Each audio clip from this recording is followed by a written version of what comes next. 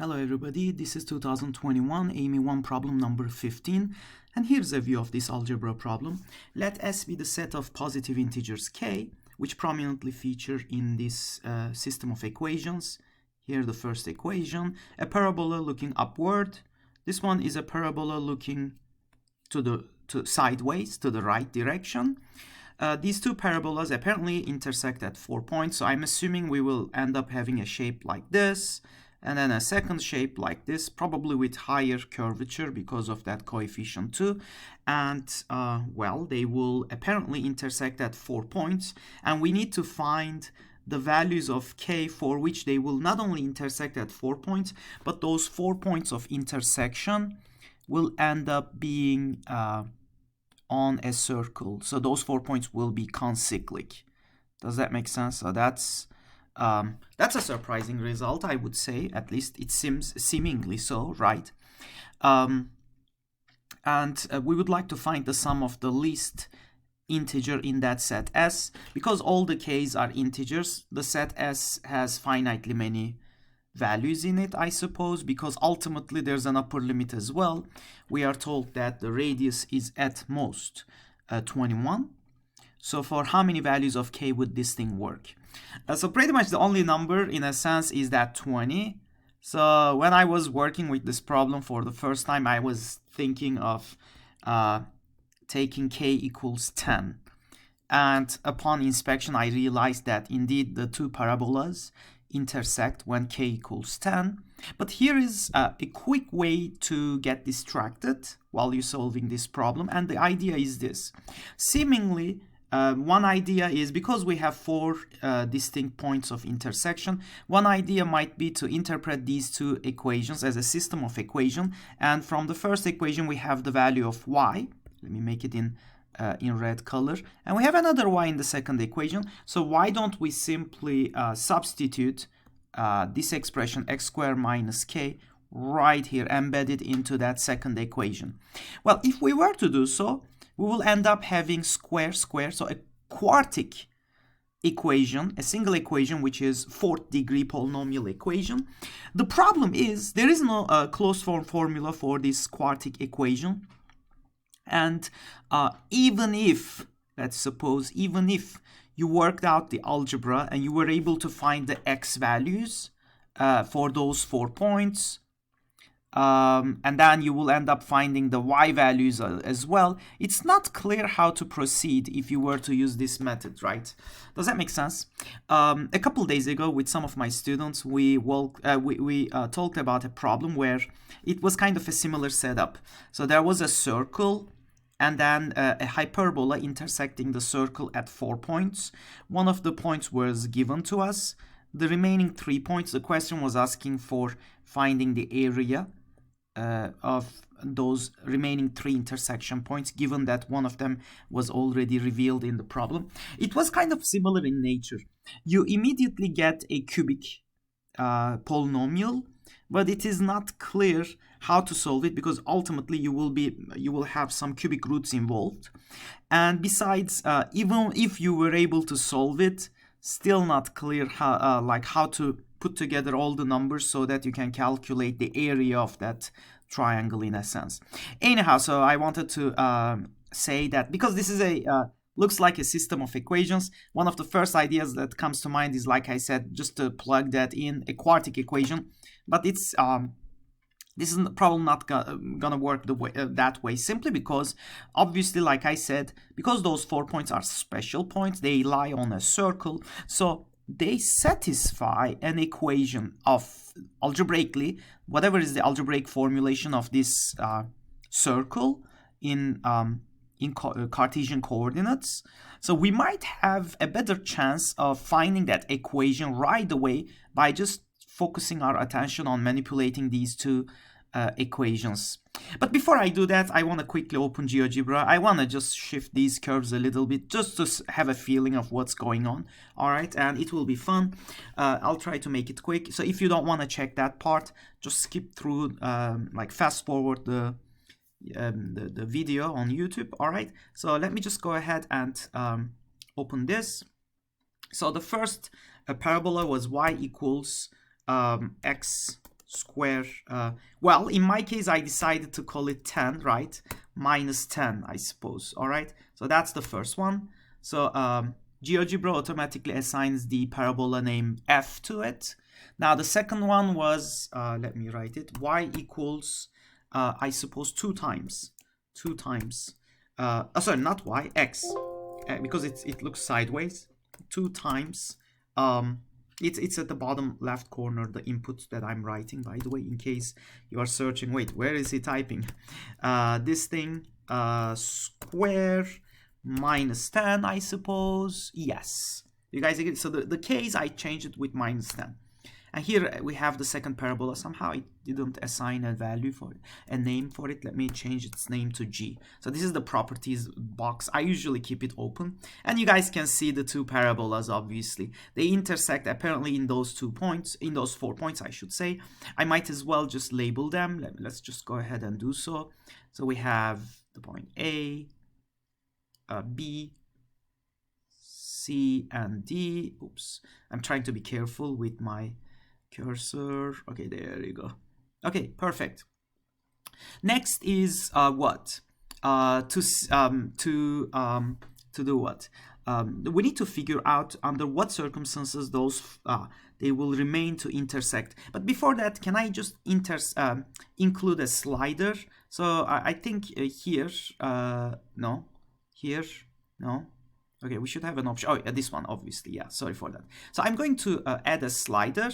So the name of the slider will be, let's call it K, because the question calls it K. And because I don't know right now the answer, so let's say 0 to 100. All right, so great. Okay, perfect. Now I have a slider which goes from 0. Oh, wait. I wish I did it only for integers. Hold on. Okay, I thought there's a way to do it with integers. Let me right click again. Object properties. Oh, shoot. Okay, so but anyhow, so right now it accepts fractions as well, which I'm not happy with. I wish it was only, let me see if I can see a bigger screen. Okay, there you go. It's over here, increments by 1. I thought there was an option where they say integer increments only, but I cannot see where it is. Yeah, okay, anyhow, so that's my slider. All right, let's move this aside. All right, okay, so as you guys can see, so the K values will change, but right now I didn't attach them to the 2 parabolas. And in my case, that number is a 10, right? So let me bring it to 10. So let's start with the first parabola. I'm just going to replace that 10 with a K. Does that make sense? So that should work. And the same thing with the second parabola. The second parabola, where's the equation? Okay, so it was hiding somewhere. Okay, so this is a K though, right? Press enter. Okay, perfect. Now I have both parabolas depend on this K, but now I have my slider. I can move my slider. Hey, that's very convenient. You look at, oh wait, wow, what's happening here? Is this a tangency condition? Because remember, I need 4 points of intersection, right? So otherwise it would be, yeah, I need to, but GeoGebra tells me there are 2 points of intersection at K equals 5 at 4. Yeah, somehow they no longer intersect at 4 points. Do you guys see that? And then as the values of K increase, it seems the parabolas will always intersect. And no wonder the problem statement had that upper bound, right? But we still are far from understanding the whole picture. For instance, I wonder if under what circumstances these 4 points are concyclic. So let me just go ahead and draw the circumcircle, let's say of ABC. A, B, whoop. Wait a second. When K is equal to 14, it looks these 4 points are concyclic. If I were to change K, hey, they're always concyclic. How can it be? So as long as we have 4 points of intersection, are they always concyclic? It turns out the answer is affirmative, yes. And the claim is the following. You can easily search it on Google as well. If you have 2 parabolas with perpendicular axes of symmetry, or perpendicular directrices, I think that will be the more formal way to describe it, then in that case, indeed, the parabolas, when they intersect at 4 points, those 4 points are automatically concyclic. So this is a result that we will end up proving. But before I end up proving that, let me just go ahead and draw the axis of symmetry for the sideways parabola. The axis of symmetry for the upward looking parabola, the first equation is the y-axis, obviously. But for the other one, let me just, well, actually, I know the equation of that, right? Because the equation of the parabola is this. It's clear here that if I were to pick y equals 20, right? So y equals 20 is fixed, so it will pass through the vertex. The vertex is clearly at that point, right? Do you guys agree? So let me just go ahead then, that minimum point when y equals 20, that square vanishes. And so as a result, x at its minimum, the value is a minus k. All right, so let me just go ahead and then y equals 20. There you go. So that's the axis of symmetry, and I'm going to change the color just to highlight that. And I don't even know if I can change the color of the y-axis. I don't think so. So let me just go ahead and add another line here. X equals 0. So that's the vertical axis. Press enter. And for that one, I'm going to, let's first of all label it H prime. So that's the second axis. And secondly, I want to change the color again to red or something like that. Okay, good. So we have the two axes of symmetry as well. All right. Now I think we are ready to make sense of all this. So why is it that 4 points like this, they are concyclic, right? So that's, well, how could we have seen that during the actual test, right? That's another thing which we can discuss as well. But for the time being, right? So when we look at these two equations, the idea is the following. So we can find a, okay, so check this out. So let me do something. There's a very troll way to solve this problem straight. Once you imagine that because you want to fulfill that condition, that you want to find an equation for that circle, then it's kind of straightforward. All you do is you have this first equation. Here, this one is in terms of x squared. The second equation is in terms of y squared, but it has a coefficient of 2. So therefore, what you can do is you can take the second equation, multiply it by 1/2, and add it to the first equation. As soon as you do that, you will have an x squared term, a y squared term, and then some linear terms in x and y as well. So which gives you the equation of a circle in the Cartesian plane. Does that make sense? Alternatively, you can do this, by the way, a times. You can multiply the following expression, which comes directly from the first equation. This is clearly equal to 0 from the first equation, plus b times, and you do the same business here for the second one. So 2 times y minus 20 square minus k minus x. Move the x to the right hand side as well. So it's clear that this is equal to 0. That's equal to 0. That whole expression is equal to 0, which means this thing is decidedly 0. The question is, what appropriate values of a and b can I pick so that I get the equation of a circle? One thing is clear, we have a degree of freedom here because the right hand side is 0. I might as well divide both sides by a, so basically giving a coefficient of, say, 1 to the first one, right, by dividing it both sides by a. So move the a here, but b over a, I can recall it, I can relabel it as, say, c, where c is just a number, right? C is just a real number. Does that make sense? And now the whole point is to find that c, which will do the trick, but it is obvious, right? Because ultimately we want to find the values of k for which those 4 points of intersection will be concyclic. It is clear that the equation of a circle with, say, center a and b, AB, on the xy coordinate plane will look like this. Do you guys agree? Because it will look like this, where it's equal to r squared. So all we need is an x squared term and a y squared term. But right now it's a 2y squared. So therefore c must be equal to 1/2. And that's pretty much it. So with that, let's check what we get. So on the left hand side, the first expression, I did nothing there. Let's leave it as it is. For the second expression, plus, we decided to pick c equals 1/2. Let me clear the inside of my expression a little bit.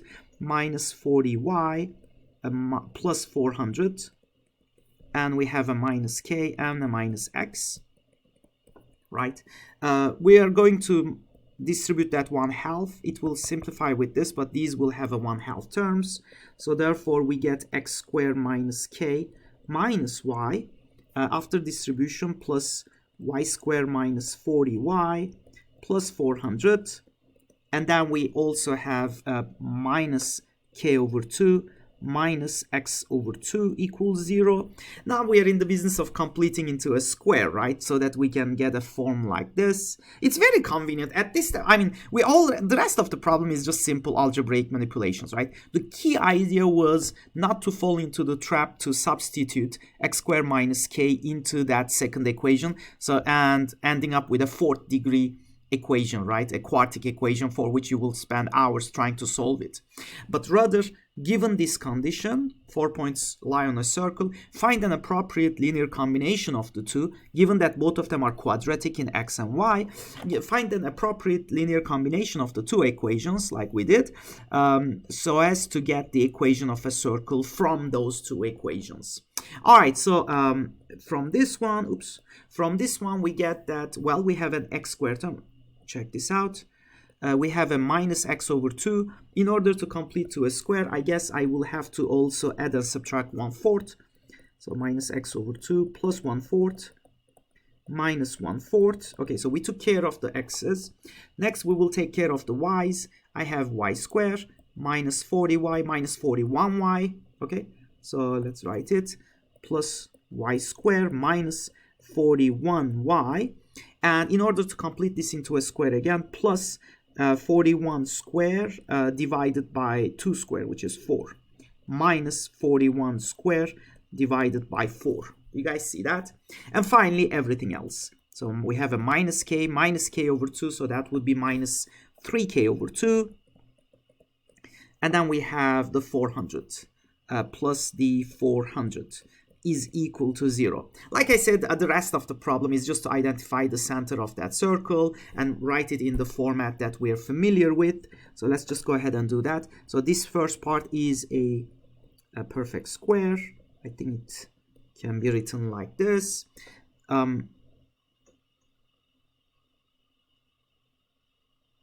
That is correct. Yes, I was just hesitant for a minute. Then we have the y. I'm gonna skip that minus 1/4 for the time being. So we have a y minus, I think this one is also 41 over 2 square, if I'm not mistaken. And then we have everything else. So the second square came from this. So therefore, what we are left, I'm going to go ahead and move everything to the right hand side, which will ultimately give me the square of the radius. So we have 3k over 2. Then we have a plus 400. Sorry, this one becomes minus, right? Sorry for that. And then plus 1 over 4 plus 41 square over 4. And then that's pretty much it. I hope I did not mess up the algebra. Okay, I think that's correct so far. And that's it. So the right-hand side is really the r square, which I want it to be at most 21, right? So does that make sense? So now we can go ahead and find an upper bound for the k. But this is just a linear in k. Do you guys see that? Just a matter of simple calculation. After one step, after you organize it, I think multiplying both sides by I think by 4, I guess, so that we get rid of those denominators. But you guys double check that.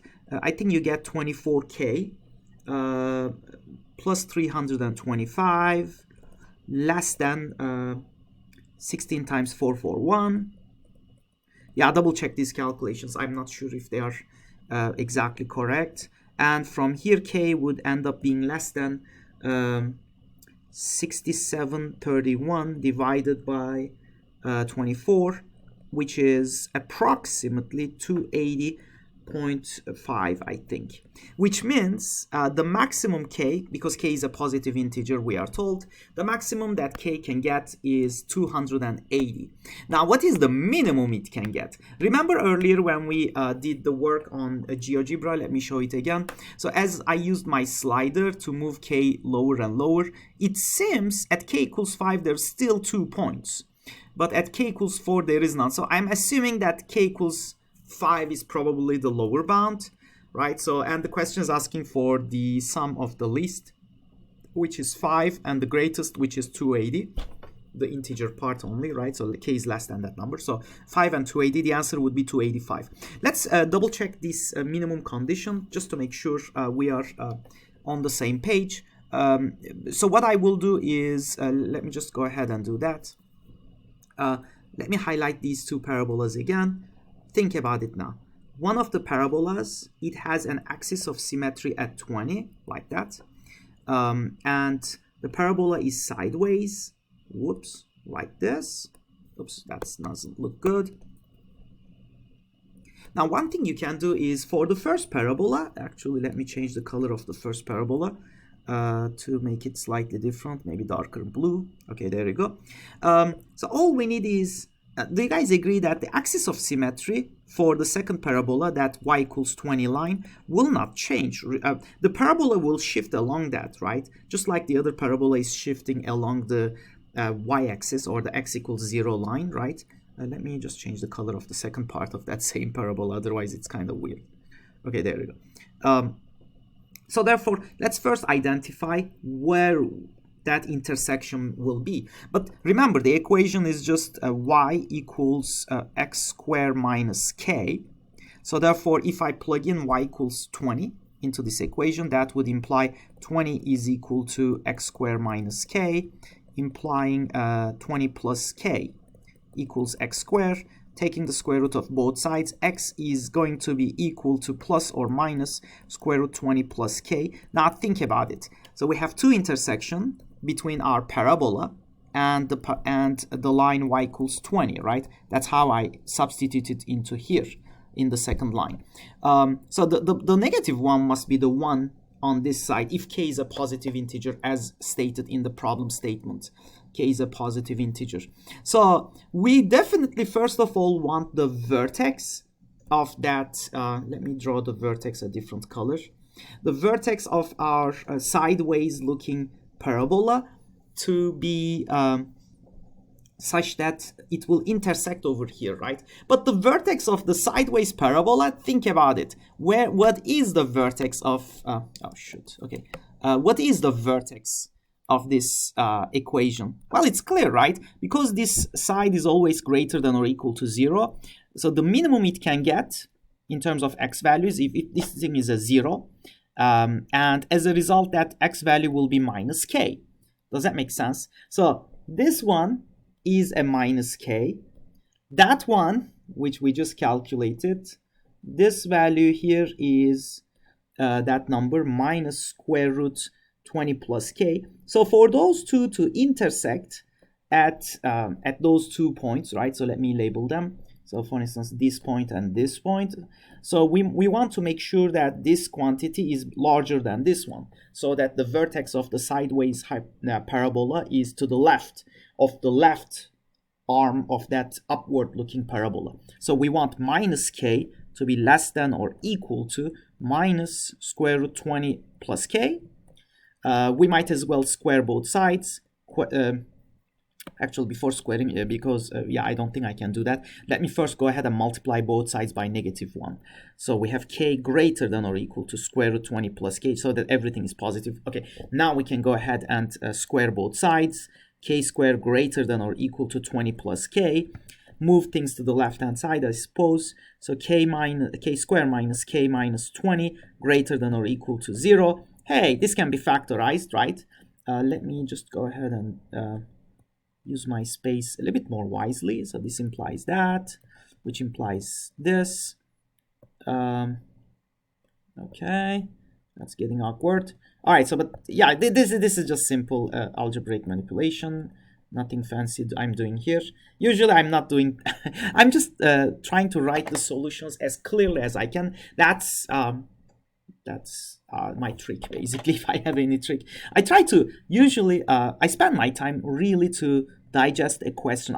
Usually I find myself spending more time understanding the problem, really understanding the problem, than the solving part. The solving part is usually a little bit matter of straightforward if you are clear about the statement of the problems and so on. Anyhow, so a good story. So we have this thing which is factorize it. Oh wow. Okay, so it's awkward. Okay, there you go. K minus 5 and then k plus 4, I suppose, right? We want this to be greater than or equal to 0. Yeah, so the equality case happens if k were 5, right? Either k is equal to 5 or k is equal to minus 4. That can't be. It has to be the k equals 5 case, right? Or k is above it, right? So we want both of these expressions to be positive. So therefore, the two will have exactly intersect. The vertex will intersect on the upward-looking parabola when k is equal to 5. Now, this is a concern, right? So what does that mean? Do they intersect at one point? Are they tangent in that point, or do they intersect at 2 points? That's the whole trick. And the answer is yes, they intersect at 2 points. That's not a tangency point. The reason is the following. Try to imagine it. So like logically thinking. So we have this line, the y equals 20 line. So one of the parabolas, that's the vertex of that parabola, and the other one is an upward-looking parabola. Both of them pass through that point. Now, don't try to okay, so because so what's going on over here? So how can I magnify the thing? Obviously, I can use GeoGebra. I can show you in a minute the magnification. But how do we know for sure that they intersect at 2 points here? One of the points of intersection is that vertex point. Where is the other point of intersection, right? Probably underneath. But how can we be sure? Check this out. The sideways looking parabola, actually, let me change its color to red so that we have a better view of it. Okay, do you guys agree that it has a tangent? If you were to draw a tangent to that one, the tangent will be a straight, like a vertical line. Do you guys agree? So in that sense, the slope of that red one at that point, at that vertex, is infinity, versus the slope of the blue one.